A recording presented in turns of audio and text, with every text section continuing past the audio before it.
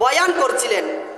বয়ানে গুনাহগারদের মঙ্গল কামনার দোয়া করলেন, হে আল্লাহ, এই মাহফিলের মধ্যে যে সবচেয়ে বড় গুনাহগার রয়েছে, তোমার দয়া দিয়ে তাকে ক্ষমা করে দাও।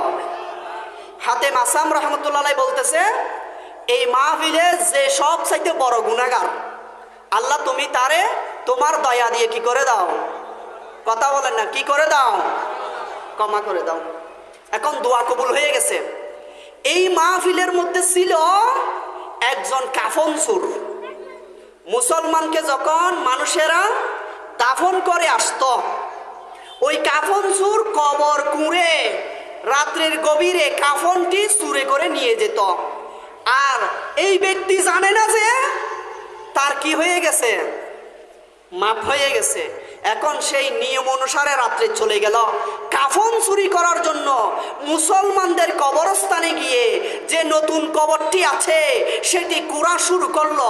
কবরটি কুড়তে কুড়তে শেষ পর্যন্ত এমন সময় সে একটি গাইবি থেকে আওয়াজ শুনতে পেল যে, হে কাফন চোর।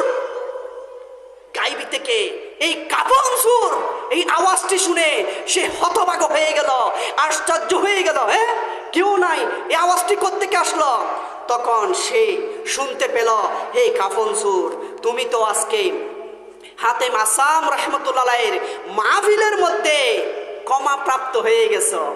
তোমাকে তো আল্লাহ তাআলা মাফ করে দিয়েছে, তুমি আবার কেন এই কাফন চুরি করার জন্য এসেছ?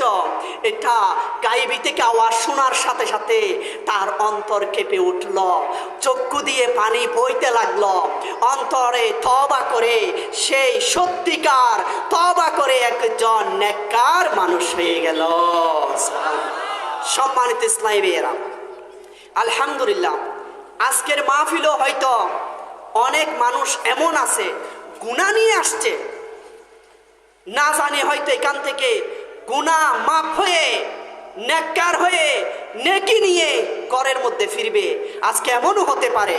তো ইনশাআল্লাহুল কারীম অল্প কিছুক্ষণ পর মিলাদও হবে এবং ফিলিস্তিনের জমিনে যে সমস্ত মুসলমানরা নির্যাতিত তাদের জন্য দোয়া করা হবে এবং আজকে তাবরুকও রয়েছে।